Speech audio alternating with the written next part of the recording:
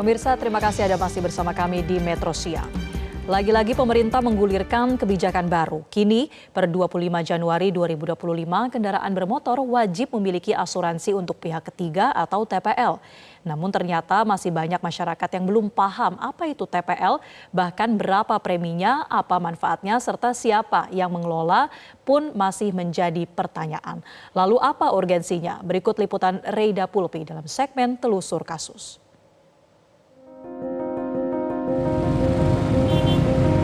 Di Indonesia bobroknya itu kan masalah pengelolaan.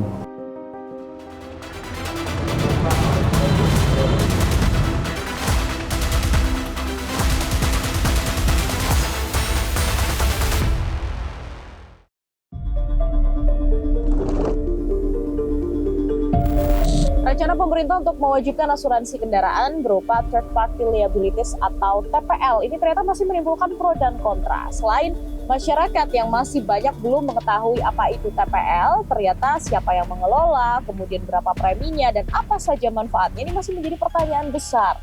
Nah, lalu seberapa besar urgensi dari penerapan kewajiban asuransi kendaraan ini? Berikut liputannya untuk Anda. Ya, Mas. Mulai Januari 2025, pemerintah akan mewajibkan kendaraan bermotor untuk memiliki asuransi kendaraan third party liabilities atau TPL yang memberikan ganti rugi terhadap pihak ketiga yang dirugikan oleh kecelakaan disebabkan oleh pemilik asuransi.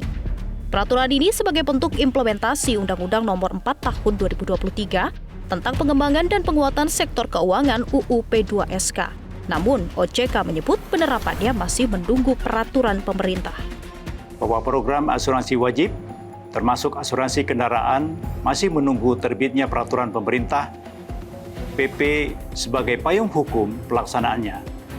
Dalam persiapannya, tentu diperlukan kajian mendalam terlebih dahulu mengenai program asuransi wajib yang dibutuhkan.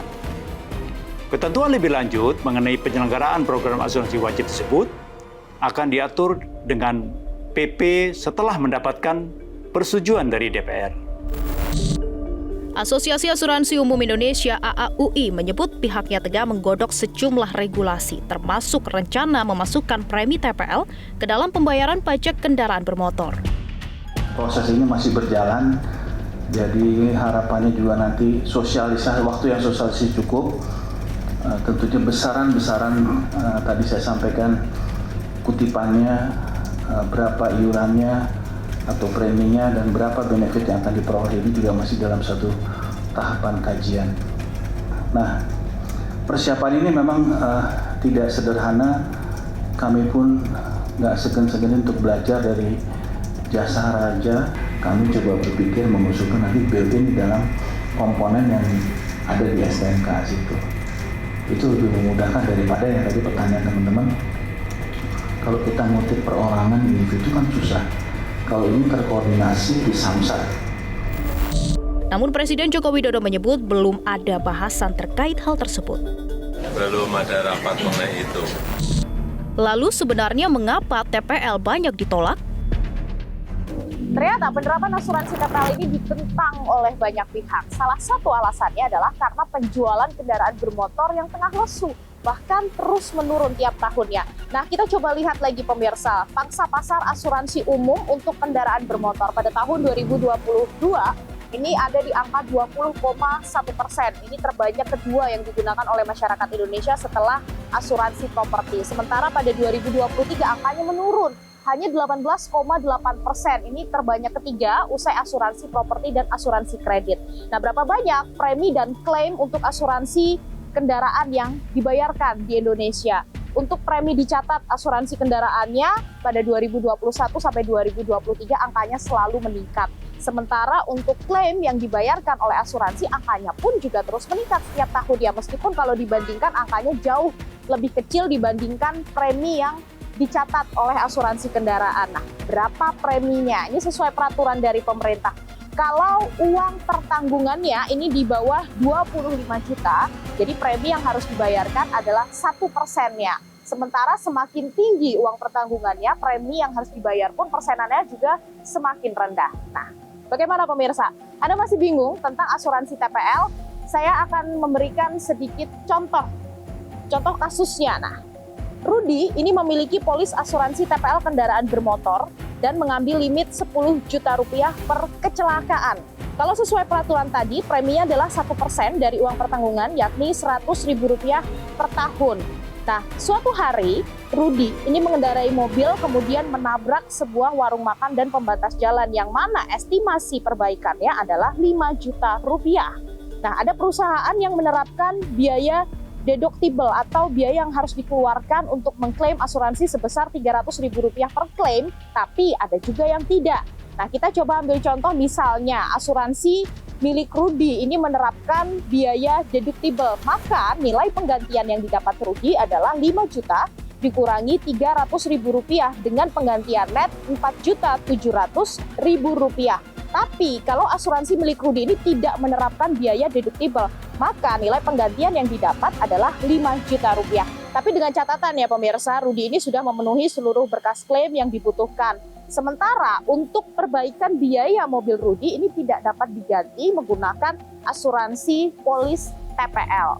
Nah, bagaimana Anda sudah lebih paham dengan asuransi kendaraan TPL ini?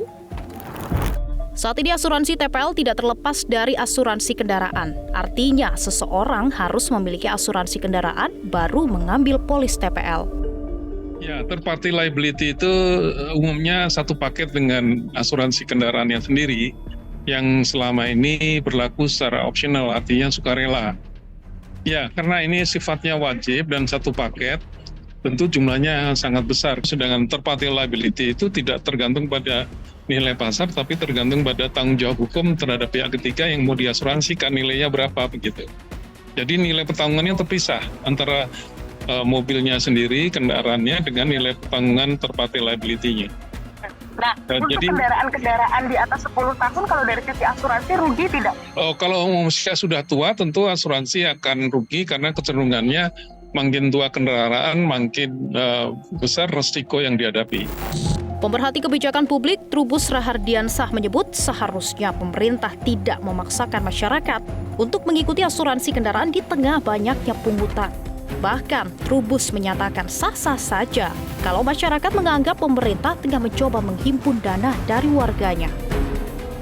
Iya sah-sah saja, makanya sebenarnya kan yang unik itu kenapa di situ pemerintah nggak ada tanggung jawabnya. Dia hanya membuat regulasi aja.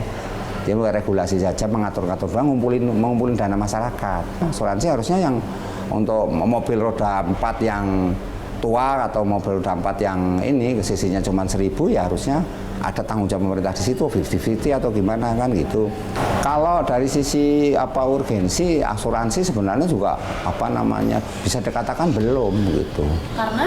Karena kan mungkin kondisi ekonomi tapi juga kondisi ekonomi karena daya beli masyarakat juga turun terus. Kalau memang itu jasa-jasa diperluas. Yang kedua bahwa itu penting ya iya kita juga paham kalau bagi masyarakat menengah ke atas sangat Mbak, asuransi itu sangat sepanjang pengelolaannya, sama masalah di Indonesia bobroknya itu kan masalah pengelolaan.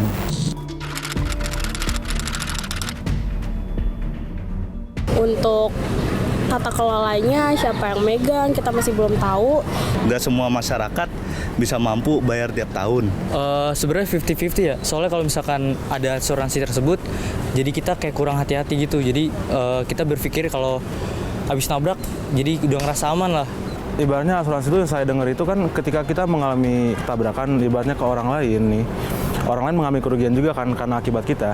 Nah saya setuju karena asuransi bakal ngebantu kita kan ibaratnya untuk membiayai kerusakan yang kita timbulkan. Kayak orang yang punya kendaraan kayak seperti mobil itu tuh sangat membantu, ibaratkan kayak ada kecelakaan, amit-amitnya kecelakaan, jadi kayak kita bisa membantu kayak dengan biaya untuk kayak misalkan orang yang nggak punya biaya jadi membantu di asuransi itu.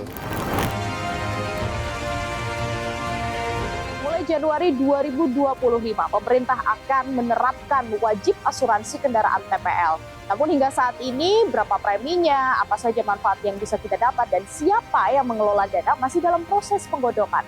Tapi yang jelas pemirsa, apapun hasilnya, jangan sampai masyarakat ini kecewa, bahkan terbebani dengan adanya peraturan baru ini. Dari Jakarta, Tim Liputan Metro TV. Jelajahi cara baru mendapatkan informasi. Download Metro TV Extend sekarang.